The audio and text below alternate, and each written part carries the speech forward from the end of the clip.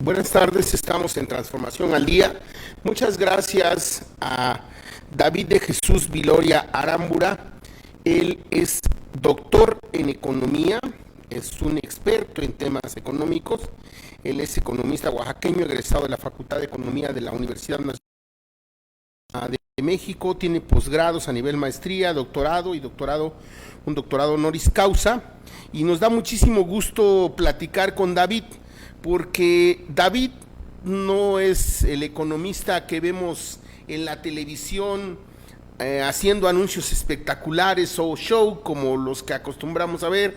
Es un hombre que lo mismo ha estado al frente de la planeación de un gobierno del estado, que de la universidad, que ha estado atendiendo la crisis en Chiapas, que ayudó a diseñar programas para combatir a la pobreza. Es una gente que sabe de economía porque se ha metido en los recovecos, porque ha estado en los distintos espacios donde se toman decisiones, donde se planea. Platícanos un poco de tu antecedente profesional, David. Bueno, Flavio, muchas gracias por habernos invitado. Quiero compartirte que he estado muy cercano a las áreas académicas, a las universidades y principalmente las áreas de planeación y desarrollo.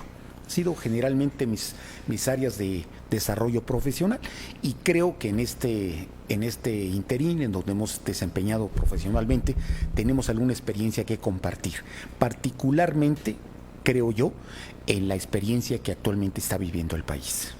Estamos hablando de que de 15 días a la fecha el mundo cambió, David.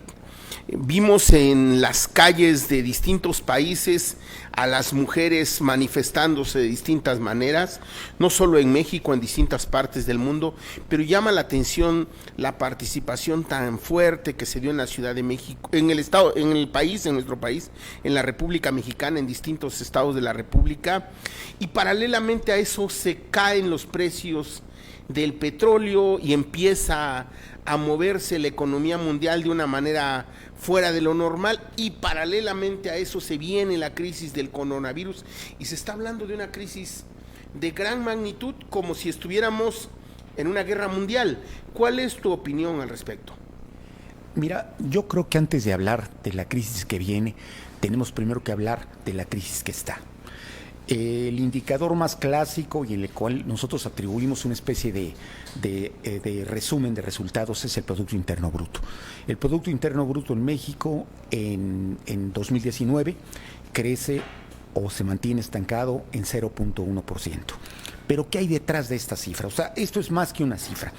Mira, Flavio, al margen de las corrientes o de la formación teórica o ideológica que tengas, tenemos que reconocer que detrás del Producto Interno Bruto hay lo que nosotros denominamos los economistas demanda agregada, hay 4 elementos que fundamentalmente están substanciando el comportamiento de este indicador. ¿Cuáles son?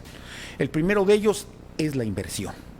La inversión en México tiene tres componentes o 3 elementos principales, que es la inversión pública, la inversión privada y la inversión extranjera.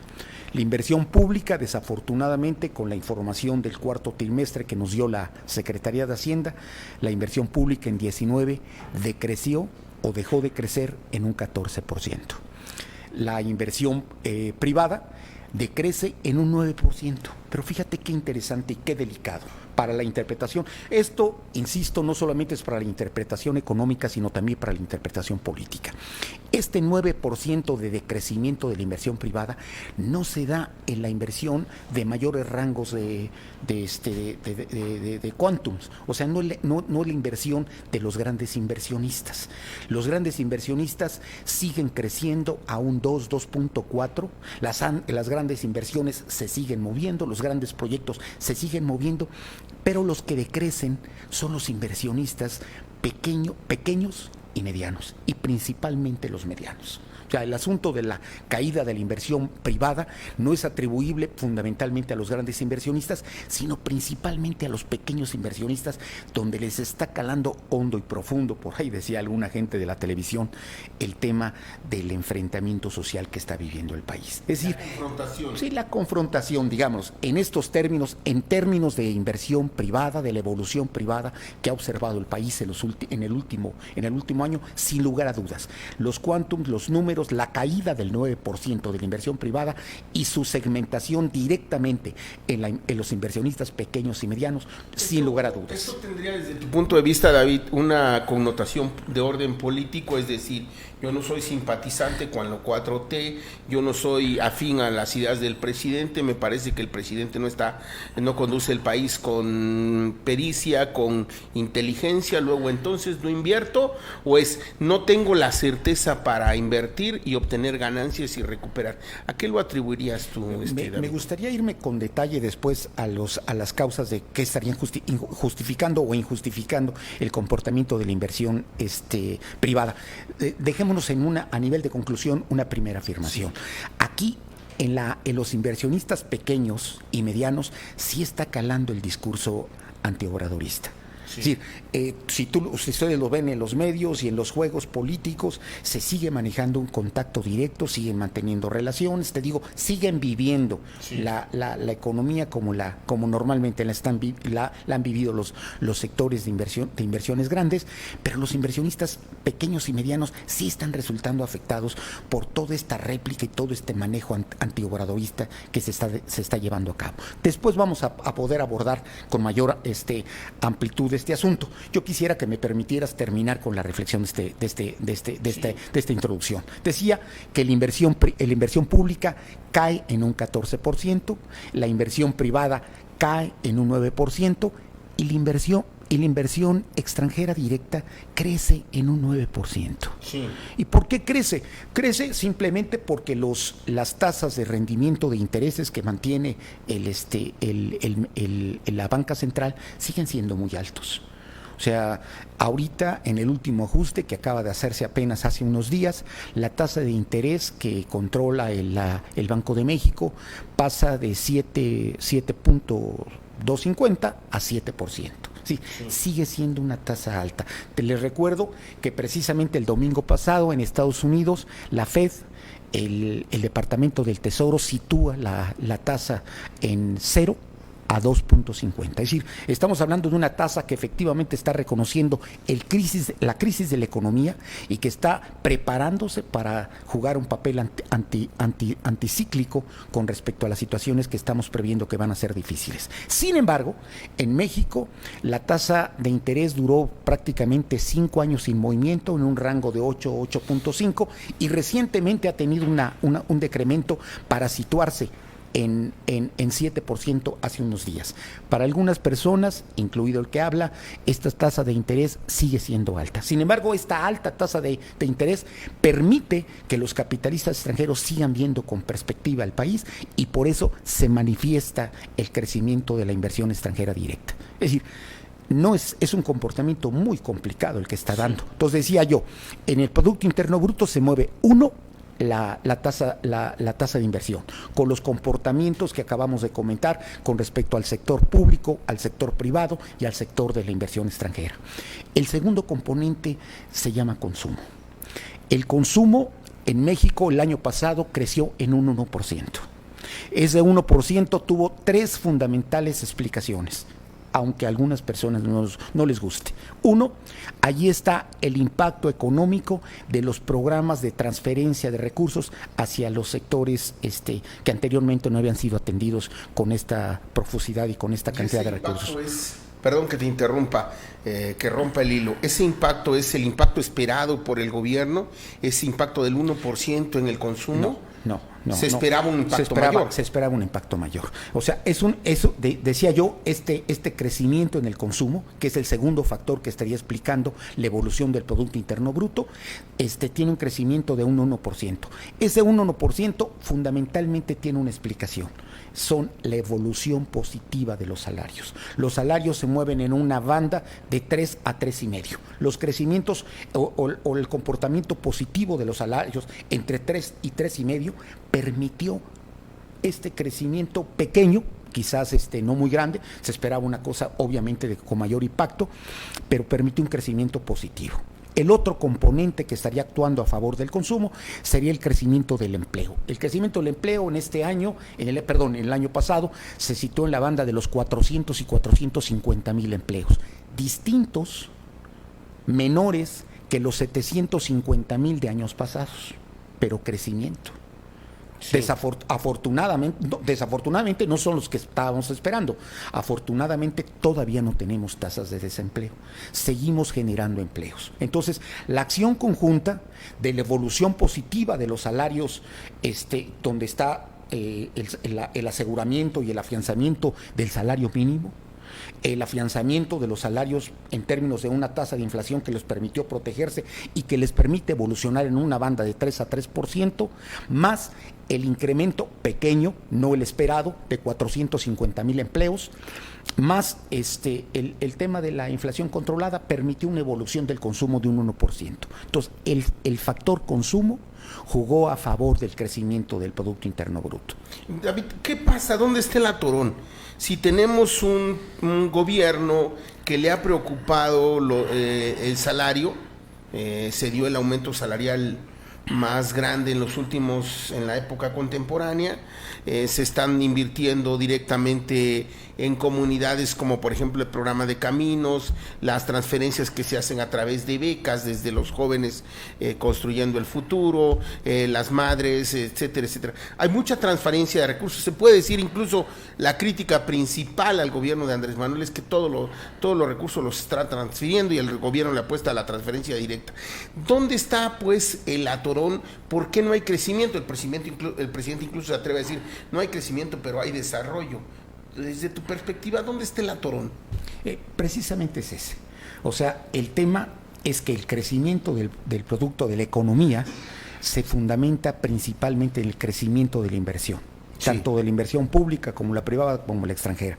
Y desafortunadamente, insisto, el dato que tuvimos, dado por la Secretaría de Hacienda a fin de año, fue que hubo un decrecimiento en la tasa de inversión, de la inversión pública de un casi 14%. Es decir, esto es grave de suyo en el número, porque está hablando de que no estamos creciendo ni estamos teniendo la evolución positiva en un indicador clave para el crecimiento económico. Pero lo más grave es que venimos de casi 2 décadas en donde ha habido decrecimientos de la inversión pública. O sea, la inversión pública ha dejado de ser el pivote del crecimiento económico, ha dejado de jalar, de convertirse en el émbolo de la inversión privada y del crecimiento económico para convertirse en una suerte de ancla.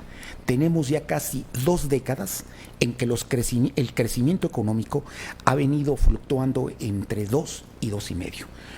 Si quitamos o si lo correlacionamos con el producto, con la población, estaríamos hablando de un crecimiento per cápita de 1%. Es totalmente insatisfactorio para un país como México. El problema, el atorón, decía, de los 4 indicadores que estarían explicando, sí, el crecimiento de la economía, uno es el crecimiento, el bajo crecimiento que está teniendo la inversión pública. Ahorita veremos por qué. Y después, también el bajo crecimiento que está, recordemos que hablamos de un decrecimiento de la inversión privada de un 9%. Esto es muy delicado. ¿El modelo económico del presidente no cautiva a la inversión? Fíjate que el modelo económico del presidente está metido en una especie de confrontación de resultados. Sí. ¿Por qué? Por un lado, el discurso es, válgame la redundancia, es completamente cuidadoso, precavido del comportamiento económico. Está hablando, y lo obtuvo, un superávit de un 1%. Es decir, está cuidando la macroeconomía a nivel del superávit de la operación fiscal, de la tasa de interés y del comportamiento de la inflación. Está siendo completamente cuidadoso de esas variables. Sí. Nosotros y muchos pensaríamos que, habida cuenta de los resultados que se han obtenido, el sector empresarial deberá estar completamente a gusto y lo han manifestado, cuando se habla de esta parte del comportamiento, de esta parte de la evolución económica del país, el sector empresarial se ha mostrado completamente satisfecho y se mueve a sus anchas. Es decir, estamos en una línea y estamos en una fase de comportamiento que está completamente de acuerdo para que los empresarios canalicen inversiones y para que le apuesten a México. ¿En dónde se está metiendo el problema?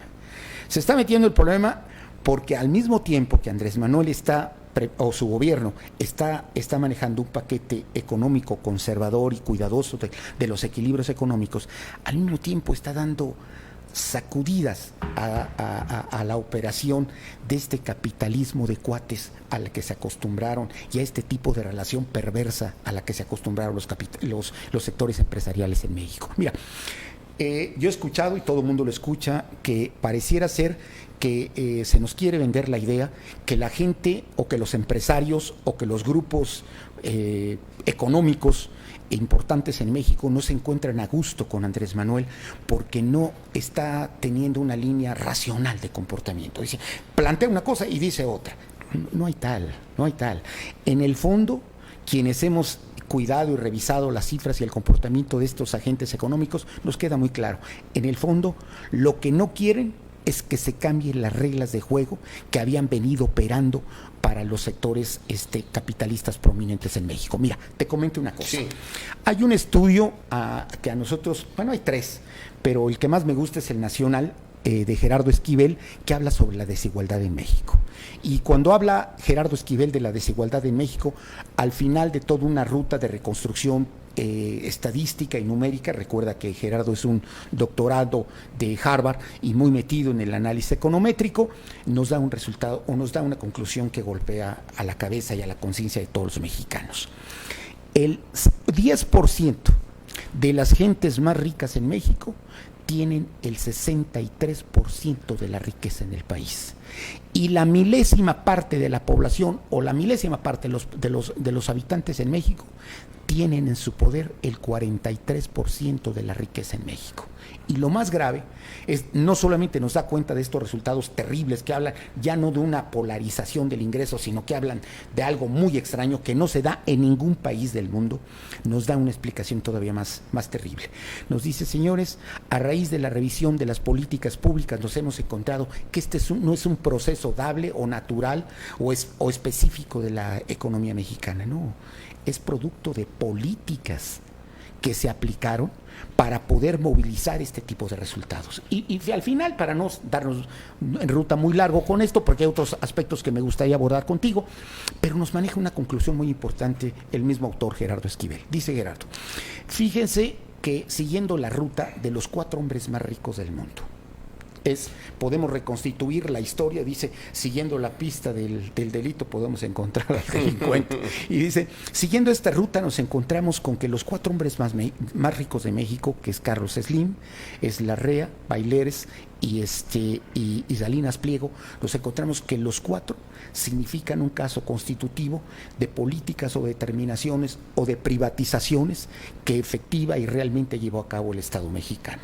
y que por exenciones, que por controles, todos sabemos que recientemente Telmex dejó de cobrarnos cuotas muy altas, dejó de darnos malos servicios, malas tecnologías, dejó de darnos malas cosas por pagos costosos, y que todo esto lo hizo por falta de regulaciones del Estado mexicano. Lo mismo pasa con Baileres y con Larrea, 2 mineros que están situados en una ruta verdaderamente importante e interesante. Doy un dato.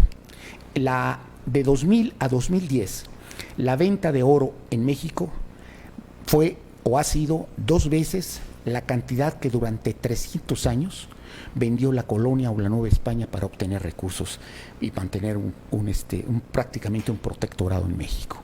Es decir, estamos hablando de cantidades inimaginables, sí. Pero más grave está de que no solamente se les entregaron las oportunidades o los proyectos de desarrollo económico que tenía el Estado y los privatizaron en condiciones absolutamente bonancibles para ellos, sino que también como resultado de una serie de falta de regulaciones y falta de cobro de intereses, han permitido que estos sectores se enriquezcan enormemente.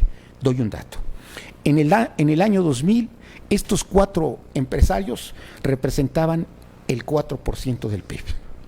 Hoy, en México, en el 2017, México, o el PIB de México, o la riqueza de estos hombres, significa el 9% de la riqueza del país. Esto no pasa en ningún país del mundo. Hacemos un paréntesis aquí para ubicar un tema que me parece que tú lo pones en el centro de un posible desarrollo o de un posible no desarrollo.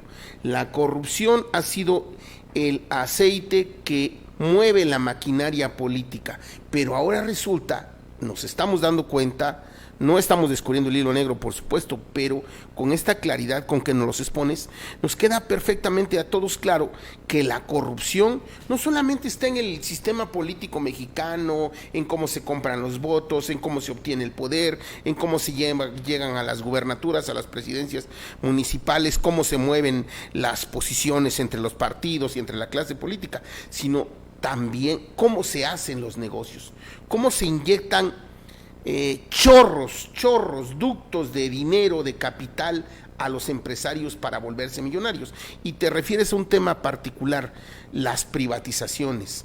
Es decir, estos 4 apellidos que no son familiares a los mexicanos ya, porque cuando hablamos de Carlos Slim, hace 2 días nos mencionaba el presidente Andrés Manuel como uno de los salvadores de los próximos días, dice va a ser una inversión, un anuncio importante, señor Carlos Slim, el señor Carlos Slim, el señor Balleres, el señor Larrea y Salinas Pliego, los 4 han estado ligados a este proceso de privatización que se dio durante el salinato y que se les entregaron a precio de ganga a empresas y de ahí se dispararon. Pero no solamente eso, sino se les han exentado de impuestos, no solamente eso, sino se les ha hecho múltiples favores para que sus empresas se desarrollen y crezcan y sean hoy los gigantes que hoy son en el mundo de la economía.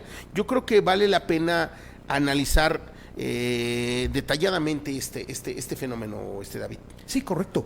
Te quiero decir que, por ejemplo, manejemos este fenómeno puede ser tan importante que está subrayado, yo creo que solamente subrayado en el enfoque que hace Joseph Stiglitz de la economía ese capitalismo de cuates o de amigos, en donde el sector privado y el público se funden para hacer un esquema de convivencia mala, que finalmente termina lastimando las estructuras económicas de los países y los estados. Pero creo que en el caso de México se llegó al extremo. Doy un dato. Sí. Recientemente escuchábamos en la presentación de una entrevista de Ramírez Cuéllar que cuando hablaba de recomponer la política fiscal, hablaba de que simplemente renunciar a las exenciones, a los no pagos o a los ahorros, o llámese como se le quiera llamar, que se le dieron al sector empresarial para que pudiera seguir invirtiendo, significaban 4 puntos del PIB. Sí. O sea que ese recurso que supuestamente en la propuesta que presentaba Ramírez Cuéllar se le iba a presentar al Congreso para que pudiera partir de ahí antes propiamente de hacer una reforma fiscal, o quizás un primer atisbo de la reforma fiscal, era cancelar todas esas exenciones y estos tratos desiguales para volcarlos en una disponibilidad presupuestal. Y esta disponibilidad presupuestal, a ruta y a cifras de Ramírez Cuéllar, significaba 4 puntos del PIB, nada más. Entonces, decíamos, aquí no se trata pues simplemente de un enfrentamiento ideológico, no se trata simplemente de que quieras o no quieras ser de izquierda o de derecha, o que seas conservador, o que seas chairo, o que seas fifí. No, yo creo que esto es una forma de engañifas con que se nos ha escondido la realidad del enfrentamiento que actualmente está sucediendo en la economía nacional. Hay un sector empresarial que trabajó bajo cánones inaceptables, en extremo inaceptables para la operación económica, y que difícilmente los va a soltar, porque significa cancelar verdaderas islotes de ganancias y de apropiación que nos llevan a la condición dramática que, por ejemplo, dentro de los 100 hombres más ricos del mundo, mexicanos sean 16. Y que a pesar de eso sigamos teniendo más de 50% de la pobreza en el país. El presidente López Obrador, David, escribió un libro que se llamó La mafia que nos robó la presidencia, y donde efectivamente hablaba de este fenómeno. Ese libro fue elogiado por el propio Fidel Castro. El propio Fidel Castro le reconocía, como todos sabemos, era más allá de sus sombras o más allá de las críticas que podamos hacer a Fidel, pues era un hombre, un estadista, un hombre con visión de lo que estaba pasando en el mundo, tenía muy claro el problema de la economía mundial, tenía muy claro el problema del hambre, hay discursos memorables al respecto de Fidel. Él elogió este libro porque decía que con una claridad, meridiana, López Obrador había desnudado este capitalismo de cuates que ahora tú estás planteando como uno de los factores del desarrollo o del no desarrollo, entre comillas, del país, y que nos ha llevado a esta situación de terrible desigualdad. ¿Qué sucede en este momento con estos empresarios privilegiados de otro momento? ¿Qué sucede en este momento de la trama económica de nuestro país? Bueno, decía, y ahorita vas a ver a nivel de conclusiones cuál sería las situaciones factuales, tanto económicas como políticas, que nosotros nos vamos a atrever a reflexionar con ustedes. Pero déjame seguir con la línea conductual. Adelante. Decía yo que 4 factores mueven a la producción interna de México. Estos 4 factores, permítanme recapitular, son primero la inversión. Y ya vimos que la inversión pública se está cayendo. Sí. La inversión privada se está cayendo. Y la inversión extranjera directa está creciendo. Decía que en términos de consumo, los programas asistenciales, llámese asistenciales o constitucionales, como se le quiera llamar, están teniendo en el corto plazo, por lo menos en este año, un factor a favor de la evolución del consumo.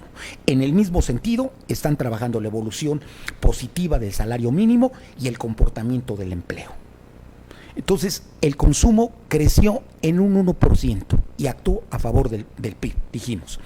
Pero están otros factores. ¿Cuál sería el tercer factor? El tercer factor es las exportaciones. Sí. Las exportaciones en México, pese a esta crisis que dice que no creció y que cambiaron y que se cayeron todas las cosas, las exportaciones en México crecieron un 6%. Un 6%, que fue una cantidad verdaderamente importante. Aun cuando mucha gente trata de legitimar este dato, siguió creciendo. A la referencia, yo quiero recordar a ustedes algún detalle importante de este sector económico dentro de la economía mexicana, que sería México. Y eso es yo de verdad he escuchado con mucha sorpresa cuando he compartido estos datos o he escuchado estos datos. México es el 7º exportador del mundo. Somos la 7ª economía que más exporta en el mundo. Y nos estamos pasando por encima a varios de los llamados tigres del sudeste. Somos una economía que exporta. No somos una economía integral, tampoco somos una economía rica en términos de consolidación interna, pero sí nos hemos consolidado como una economía exportadora. Y tenemos, decía, el honrosísimo 7º lugar a nivel mundial. Y esta exportación, este crecimiento en el 2019 de las exportaciones de un 6% fue el que de verdad salvó al crecimiento económico del país. Con cifras más o cifras menos, si tú le quitas, Flavio, el comportamiento de las exportaciones al Producto Interno Bruto, la economía no se queda en 0.1%, se queda en menos 2.5%.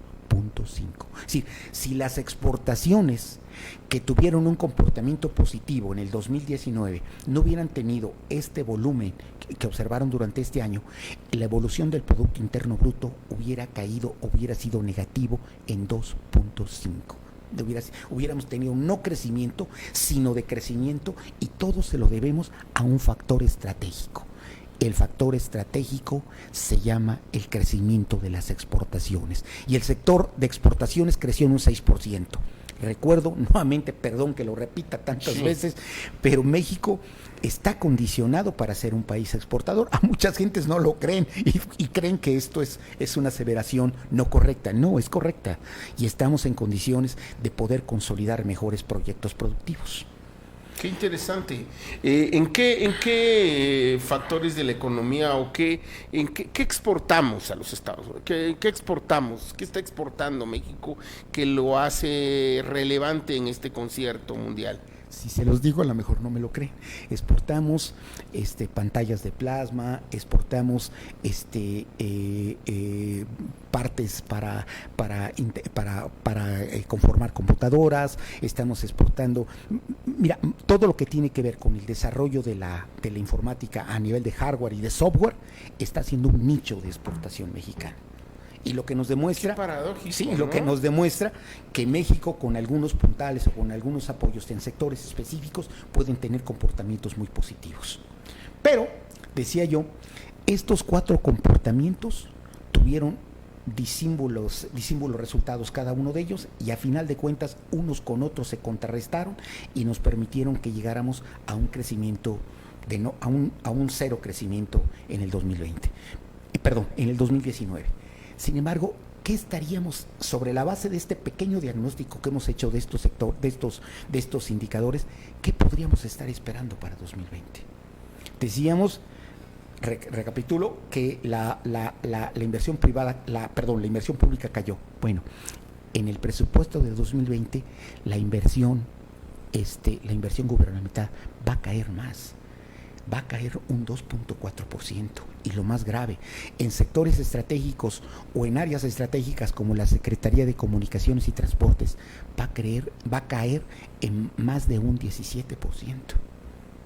Sí, las condiciones no son muy buenas. O sea, si fueron malas con las cifras que comentamos en el 19, en el 2020, en el presupuesto de 2020, las cifras parecen más complicadas. Y los ingresos por petróleo que estaban planeados se van a disminuir de una manera importante. Mira, el asunto del petróleo es un asunto extremadamente grave.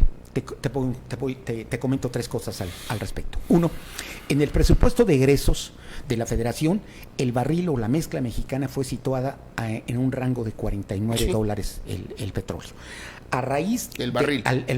A raíz del problema o del manejo publicitario, no todavía tenemos resultados económicos ni estructurales. O sea, no hay todavía, salvo algunas contenciones de compras y de ventas de insumos que se dieron en forma inmediata con la economía norteamericana y China, todavía no tenemos resultados duros de este comportamiento, pero simplemente el manejo especulativo del problema del coronavirus hizo que el precio del barril de $54 bajara a 32. Simplemente por el coronavirus. Ahora, desafortunadamente a este problema se le pegó otro problema, que fue la lucha o la pugna que se dio entre la OPEP con Rusia por los criterios de control el asunto era muy sencillo, ¿no? Se vinieron para abajo los precios del petróleo y la gente de la OPEP le propuso a Rusia y a los países que participan dentro de la OPEP, aun cuando no son parte de la OPEP, les propusieron, dejemos los precios como están y bajemos la plataforma de producción. Y no lo aceptó Rusia. Rusia no estuvo de acuerdo. Y al no aceptar Rusia, Arabia Saudita toma una determinación unilateral. Baja. Ellos solos impulsan la baja al precio del petróleo. Incrementan la plataforma productiva y con ello impulsan la baja del petróleo. Y logran que por esta diferencia el precio del petróleo vaya a lo que ahorita está, más o menos $24, $25. Es decir, ojo, por el asunto especulativo, todavía sin resultados duros del coronavirus, el precio de la mezcla del barril del crudo mexicano bajó de 54, que estaba entonces, a 32. Y por el problema del enfrentamiento entre la OPEP y Rusia, el petróleo bajó de 32 a $24. Es decir, $8 en un caso y $22 en otro caso. O sea, 200 veces más pecó y pisó y impactó a la economía en términos negativos el tema del coronavirus que el tema del enfrentamiento entre la OPEP y Rusia en la disputa por el manejo de precios. Ojo, porque esto nos va a dar una perspectiva de lo que tendremos que estar manejando para la perspectiva del crecimiento económico en México para 2020. David, antes de abordar la etapa de la crisis que viene, antes de platicar de la crisis que viene, ya nos explicaste detalladamente en qué momento se encuentra el país. Yo quisiera que nos hablaras un poquito, como conocedor que eres, de los efectos de esta terrible desigualdad, de los efectos en estados como Oaxaca, en estados donde la pobreza es extrema, donde cuando se dice metafóricamente pobreza extrema estamos hablando de miseria, estamos hablando de hambre, estamos hablando de una situación apenas de supervivencia o similar a la del África subsahariana, como se ha dicho. Platícanos de estos efectos de la desigualdad, de la terrible desigualdad que vive el país, desde tu perspectiva como economista y como conocedor de la realidad oaxaqueña, porque además tú eres un experto en la realidad oaxaqueña. Termino el comentario del último factor que me faltó comentar, que fue la tasa de exportación de México para poder contestar a tu interrogante. Mira, decíamos que el único factor que actuó a favor de la economía mexicana en el 2019 fue precisamente el sector de exportaciones, que con su crecimiento del 6% pudo contrarrestar todas las tendencias negativas o depresivas. Desafortunadamente en el 2020 va a pasar todo lo contrario. Decíamos a nivel de conclusión, y lo sostengo, decíamos a nivel de conclusión que si el crecimiento del sector de las exportaciones no hubiera obtenido el rango de 6 puntos, el crecimiento del Producto Interno Bruto hubiera sido negativo de 2 a 2.5%. O sea, el sector fue estratégico para amarrar. Sí, bueno, el problema es que a la vista del 19, las exportaciones son el sector que está resultando, que va a resultar más dañado por todo este reajuste productivo. Es decir, ojo, no solamente estamos hablando de una política fiscal que no está poniendo el acento en atender con prontitud y con claridad de metas la perspectiva de crecimiento económico que requiere el país. Es que esto es muy sencillo. Perdón que lo diga así tan rudamente, pero lo digo así porque me nace decirlo así. El tema es, nosotros tenemos dos perspectivas ahorita de poder crecer económicamente. Es una, realizamos una reforma fiscal que tendríamos que haberle empatado desde el primer año. O sea, se habla que en el 2023 se va a echar a andar una reforma fiscal. En medio de un proceso político yo lo veo muy complicado, pero creo que la reforma fiscal debió haber empezado a imaginarse, a trabajarse, a metabolizarse política, social y económicamente desde el primer año de gobierno. Y que esta debería o deberá iniciarse en este año, si no va a tener todas las dificultades del mundo. Esta reforma fiscal plantea absolutamente la condición sine qua non para que tú puedas seguir manteniendo el equilibrio macroeconómico. Es decir, si tú no quieres generar ningún desequilibrio para poder disponer de recursos e inyectárselos a la economía por la vía de un déficit fiscal, si tú no quieres endeudarte para poder trasladar esos recursos al crecimiento económico, no tienes de otra. O sea, en México no hay como múltiples opciones. Aquí hay solamente dos sopas. La cobija si es tú muy quieres, corta, la cobija es corta y no nos da mucho espacio para muchas bifurcaciones. Si tú quieres seguir manteniendo un paquete económico restrictivo que le dé garantía y certeza al sector inversor en medio de un déficit fiscal completamente controlado, con una tasa de interés completamente controlada, con un endeudamiento cero y con estos indicadores de comportamiento económico equilibrado, no tienes de otra sopa. Vas a tener que hacer una reforma fiscal que te dé los recursos suficientes para que puedas convertirte en un Estado que pueda producir, promulgar, impulsar el crecimiento y la coordinación de este crecimiento económico. Un Estado sin recursos, no sé por dónde he escuchado esta frase, pero un Estado sin recursos le pasa como al político que no tiene recursos. Tiene muy pocas probabilidades de atender los asuntos prioritarios no del Estado, sino también de Oaxaca. A Oaxaca nos pasa esto. Nosotros hemos establecido por diversos foros y en diversos puntos la necesidad de impulsar o de contrarrestar una política industrial que no fue favorable a Oaxaca. Sí. Necesitamos no un conjunto de estrategias para impulsar el desarrollo del sector exportador. No, en el caso de Oaxaca no solamente es requerible eso, no solamente son los tratados, no solamente el transísmico por sí no va a resolver este asunto. Necesitamos una política de industrialización equilibrada, general, que vincule no solamente a los aspectos productivos, sino también al desarrollo social y que tenga como espectro de comportamiento una estrategia muy práctica de desarrollo regional. Y para eso, Flavio, necesitamos dinero. El Estado no lo tiene. Sí. Nosotros confiamos en la Federación y la Federación, para poder tener recursos, va a tener que tomar una determinación muy práctica, muy políticamente práctica. Va a tener que decidir. Yo creo que no, y además es correcto, es sano. Normalmente los esquemas económicos que nosotros conocemos, sabemos que con responsabilidad se puede salir de este sacrosanto campo del equilibrio, y con responsabilidad y con modelos económicos hay muchas teorías y hay muchas experiencias prácticas que nos permitirían asumir que podemos romper este equilibrio sacrosanto para poder impulsar recursos, para dotar de recursos al Estado para que pueda impulsar el crecimiento económico del país, pero no creo que eso pase. ¿Qué nos ha pasado, David? Perdón, ¿qué nos ha pasado, por ejemplo, con Gabino Cue? Gabino Cue era experto en planeación, egresado del Tecnológico de Monterrey, creo, ¿no? De una de las mejores escuelas del país. El maestro Alejandro Murat nos presenta credenciales hasta de Harvard, nos dice que es fue asesor de Joseph Stiglitz. ¿Qué nos ha pasado con los gobernadores? ¿Qué nos ha pasado de estos expertos en economía y que han tenido, por ejemplo, el gobernador saliente, un manejo desastroso de las finanzas, por llamarlo nada más, simplemente las finanzas, qué decir del Estado, ¿no? ¿Qué nos ha pasado con gobiernos anteriores y con el actual? ¿Qué está pasando?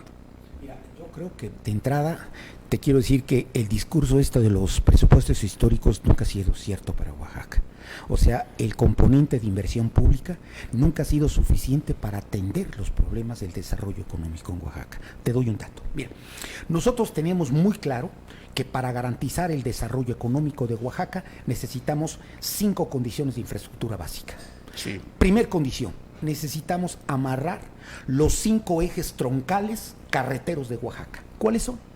Es la carretera Oaxaca-Cuauhnopalan, la carretera al Istmo, la carretera a la costa, el eje que circunda el Pacífico Sur y la carretera Oaxaca-Tuxtepec. Sin estos 5 ejes troncales no tenemos movilidad ni integración económica en el Estado. Te doy un dato o una referencia muy concreta. En la Mixteca nosotros producimos maíz, y el maíz que producimos con todo, no con transgénicos, con maíces criollos y con todas las opciones que el INIFAP nos ha permitido, no podemos elevar la productividad de 2.4 toneladas por hectárea. En Ayocintepec se producen 17 y en los años buenos hasta 19 toneladas por hectárea. Sí, nosotros vamos a tener que, en la Mixteca vamos a tener que seguir comiendo por el gusto de comer, pero para los efectos de los grandes volúmenes de consumo que necesita el Estado, tenemos necesariamente que acudir a la cuenca del Papaloapan para traer las materias primas y en este caso los materiales de consumo para poder subsistir y operar como economía local. Sin embargo, no lo hacemos. Y no lo hacemos porque la carretera que tenemos o las vías de comunicación que tenemos son desastrosas. Nos sale más caro el flete que la economía que obtenemos por la eficiencia de la producción del maíz. Nos sale más barato traer, en Oaxaca se consume principalmente el maíz, se trae de la central de abastos, porque nos es más fácil traerlo de allá por la Cuauhnopalan que traerlo de la mejor opción productiva que tenemos, que es la cuenca, y consumirlo. El primer eje serían los ejes troncales, el primer eje para el desarrollo sería. Pero ¿sabes qué? Para eso tenemos en Oaxaca, ya cuando veo que quieren hacer diagnósticos, realmente me alarma, ¿no? Yo creo que Oaxaca, afortunadamente, por la tenacidad, por el compromiso de los oaxaqueños, hemos obtenido ya una visión diagnóstica muy precisa de los problemas y condiciones muy específicas de lo que tenemos que hacer para cambiar. Sí. Lo que necesitamos en este primer momento es, primero, tener recursos. Sin recursos no vamos a caminar. No vamos a caminar. Te digo, por ejemplo, la última carretera, la Oaxaca-Tuxtepec, tiene una inversión de unos 14,200 millones de pesos y está pintada para ser una de las mejores APPs del país. La tasa interna de retorno que tiene esta carretera es de casi 14 puntos. Es inimaginable. En proyectos carreteros es un sueño. Tener esa... yo te comento que en los cursos y en las pláticas que da la SCT en la materia, siempre nos decían nosotros cuando íbamos a recibir capacitación técnica con ellos: señores, no hay carretera si no garantizan una tasa interna de retorno del 7%. Esta la duplica. Esta la duplica. Lo que pasa es que no hay dinero y no lo podemos hacer. El primer eje, pues, serían los ejes carreteros. El segundo eje de los 4 que planteas para el desarrollo del Estado. Mira, hay comunicaciones interregionales. Hay carreteras que comunican a regiones, ya no a las grandes regiones a través de carreteras, sino caminos que comunican a los distintos distritos, que garantizarían no solamente la movilidad de personas, de mercancías, de productos, sino garantizarían la movilidad en general de Oaxaca. Son condiciones, insisto, son condiciones sine qua non, sin la cual no podemos enfatizar o plantear el desarrollo del Estado. Pero vamos más allá. Mira, tú me pedías a nivel de resumen que yo te comentara cuáles serían las condiciones para que esto pudiera cambiar. Dice, mira, te lo digo en el marco de las referencias teóricas a las que yo acudo muy, muy comúnmente. Dice que, decían todos nuestros catedráticos de desarrollo y planificación, yo provengo del área de desarrollo y planificación, dice que hay 3 condiciones básicas para plantear el desarrollo en un país. Sin esas condiciones no hay condiciones reales. Es uno, el saber hacer. O sea, que la gente tenga muy claro por dónde, que sepa hacia dónde, que tenga muy claro cuánto cuestan los proyectos y cuáles son, que tenga muy claro el esquema de por dónde tiene que caminar. El segundo es el querer hacer. O sea, que la gente esté convencida que así como estamos, no caminamos, que tenemos que cambiar. Y el poder hacer. Que a nivel de las élites y de los grupos sociales tenga también la conciencia que sin esto ya no habría futuro para el Estado. O sea, que no hay, un Estado pobre y desarticulado y infuncional a nadie le sirve. Que tenemos que cambiar por el interés de todos. Ya no es un interés estrictamente proselitista ni un interés de canon social, sino es un interés de realidades económicas y políticas. Un Estado como el que tenemos no le funciona ni le sirve a nadie. Necesitamos, casi como el ave fénix, resurgir de nuestra... Solamente sirve para el saqueo que ha venido sirviendo. Pero un saqueo muy complicado y cada vez más evidente, ¿no? Cada vez más evidente. Aquí la fiscalización de recursos tiende cada vez a identificarnos más en dónde están las rutas de los recursos. Te vuelvo a la vista el último dato que nos dio la fiscalización ciudadana de los recursos. Dice Buscaglia, sí, es una gente que le encanta y es una gente muy provocadora, que lo que necesita la fiscalización y la transparencia en México y en el Estado y en todos lados es el involucramiento ciudadano, pero no como se está haciendo ahorita, sino con un esquema totalmente distinto. Bueno, y en este esquema distinto, en donde un grupo de ciudadanos fiscalizó verdaderamente con un trabajo de rastreo y de localización y de ubicación de información verdaderamente encomiable, nos dio a la luz de que existen el saqueo enorme que nos dio a cuentas a través de la página de Aristegui, el tema de salud, que son casi 3,900 millones de pesos en facturas que fueron falsas y que están vinculados al sector salud y que las facturas están identificadas y que esto significó en los hechos que servicios médicos, que equipos, que médicos que no existieron y que cobraron un latrocinio voraz y ellos dicen que solamente es el iceberg de este procedimiento y que toda la documental está ya a la mano. Pero bueno, lo estamos desviando de algunos temas, pero que nos permitirían pues entender un poquito de cuáles han sido las fugas y las descompresiones de ese sistema económico que no ha alcanzado a dar los resultados y la eficiencia que todos los mexicanos quisiéramos. Ahorita estamos en un momento difícil para el país y para el mundo. Estamos viviendo una crisis como no se había visto en los últimos 100 años. Yo creo que después de la Segunda Guerra esto es, me atrevo a decir, tal vez más profundo que la Segunda Guerra, porque va a tener un impacto en los distintos continentes, porque va a afectar a las potencias, porque va a afectar también a países subdesarrollados, porque está afectando ya a países subdesarrollados, porque está afectando a los distintos factores socioeconómicos, porque está afectando a las distintas clases sociales. ¿Qué impacto desde tu perspectiva tiene en la situación económica esta pandemia que estamos padeciendo? Yo quisiera no sonar alarmista, no creo que sea el momento. Creo que una de las lecciones prácticas que nos dejó el manejo inadecuado de la pandemia del N1H1 fue precisamente eso, que se actuó demasiado en forma anticipada y mal. Y después, cuando se contrajo la economía, no hallábamos cómo levantarla.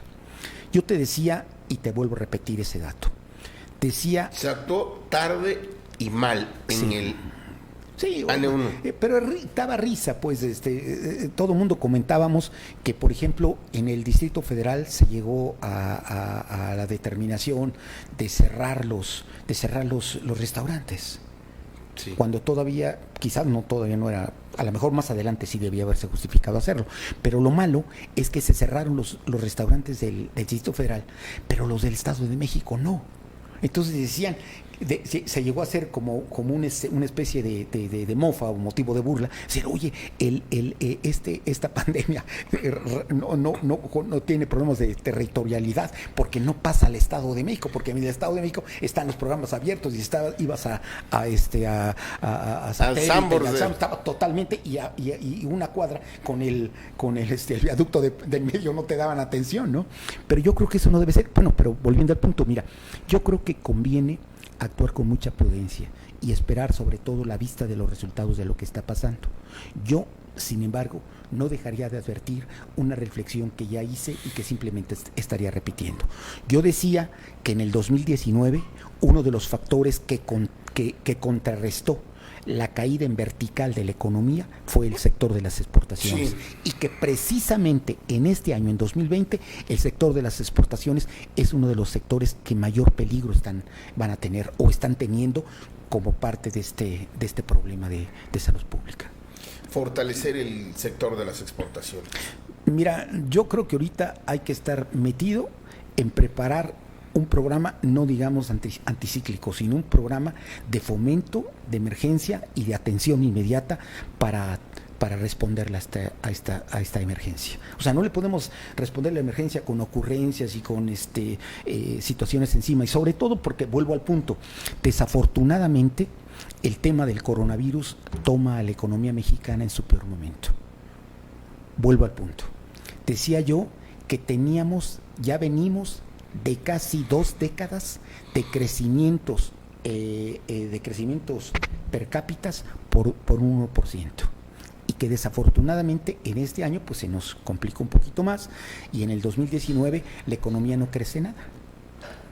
Pero lo más grave es que el paquete económico fiscal que se preparó, que se diseñó y que se presentó en el presupuesto de egresos de la Federación apunta a que estas condiciones de contracción, no quisiera decir recesión, de contracción de actividad económica más pequeña o conservadora, se van a no solamente a reforzar, sino a ser más grandes. Yo te doy un dato que a mí en lo personal me aterra. Sí. Los últimos 14 reportes del trimestre económico en México demuestran que las economías del sur solamente hemos tenido 2 trimestres positivos de crecimiento económico. El resto los hemos manejado con crecimientos en 0 o abajo de 0. Es decir, mientras el país está discurriendo o analizando si hay recesión o no hay recesión, si hay contracción económica, en el sur estamos en otra condición. En el sur tenemos un problema de hace varios años de no crecimiento económico y de no atención económica en los sectores estratégicos. Yo en lo personal creo que tenemos oportunidades, ¿no?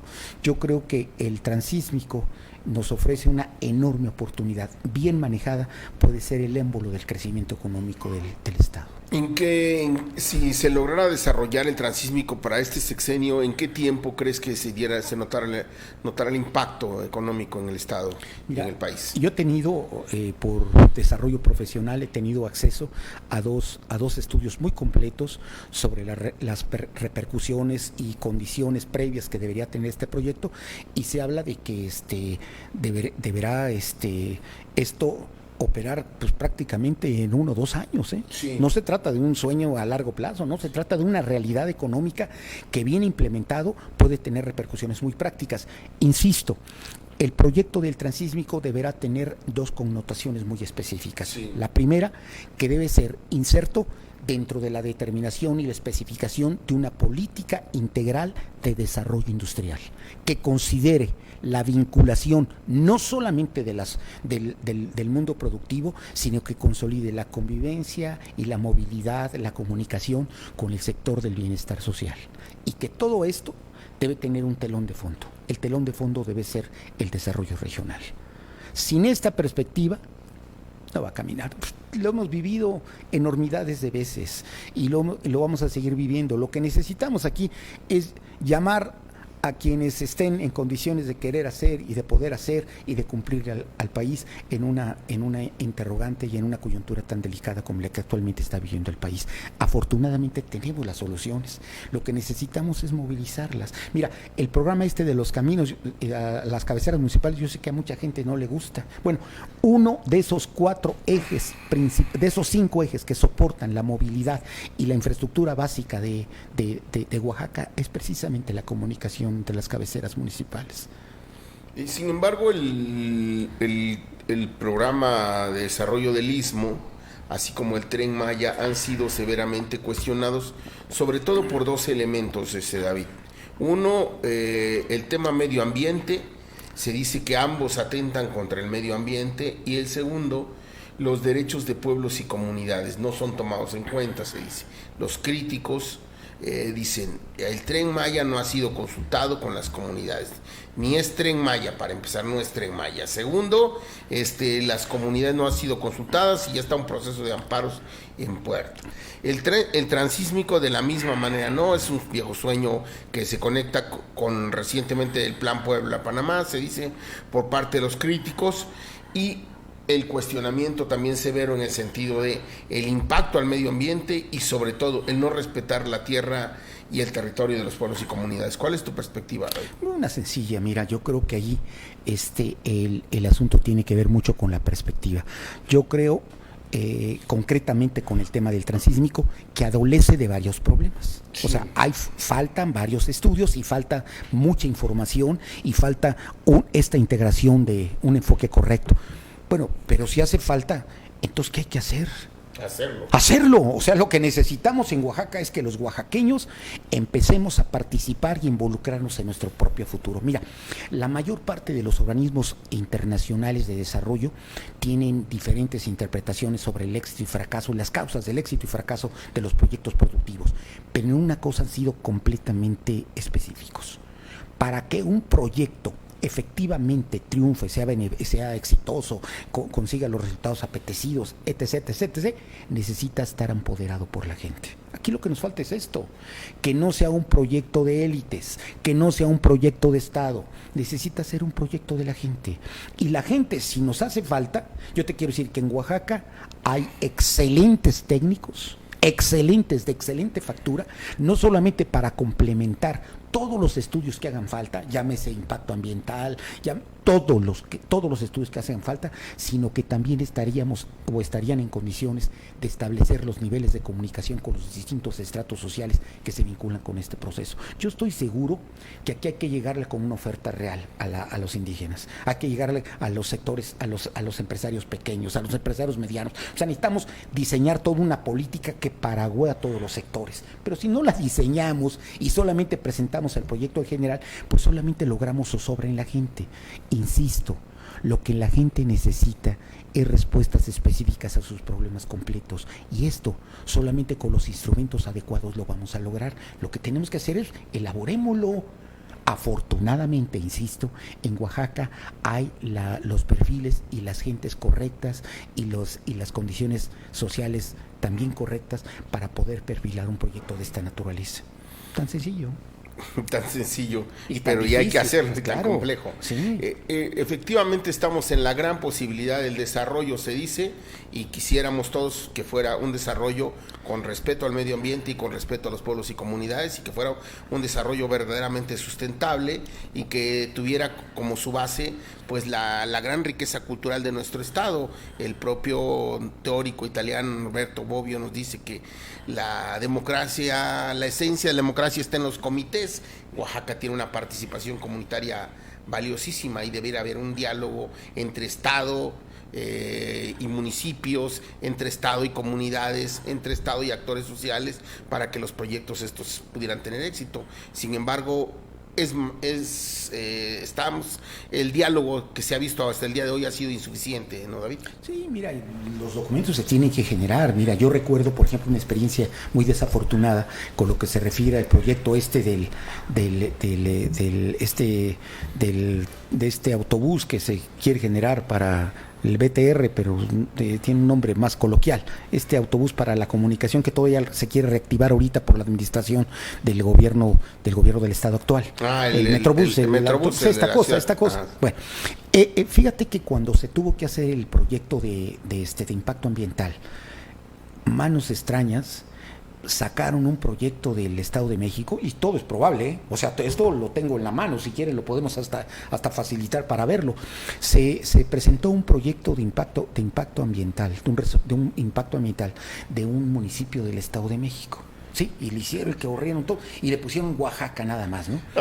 Espérate, y cuando lo dieron, pues inmediatamente rebotó y generó un problema de observación de la auditoría, y provocó ahora sí que el gobierno intentara hacer bien las cosas, y tuvieron que llamar a agentes de aquí del estado a la de llámano para poder solventar, porque ya tenían un chamaco atorado que era la falsificación de un estudio, porque encontraron el estudio de la manos también muy asesinas, le pasaron a la auditoría de la federación el estudio original, hicieron el comparativo vis a vis, se encontraron que el estudio y el estudio eran lo mismo, que el impacto ambiental había sido falsificado.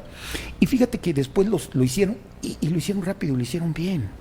O sea, no necesitaban hacer eso. ¿Por qué lo hicieron? No lo sé. O sea, a veces las cosas tienen que enfocarse de acuerdo con el checklist que tenemos para aplicar y para ejercer con responsabilidad los recursos federales. No es difícil. Mira, no es difícil. Yo estoy a la vista de una experiencia práctica que hemos tenido en Hacienda. En Hacienda, no sé hasta qué administración, pero en Hacienda consideraban o conceptualizaban y valoraban suficientemente a los oaxaqueños, porque sabían que eran gente de lucha, gente de esfuerzo, pero de lucha de trabajo, no de lucha social solamente, ¿no?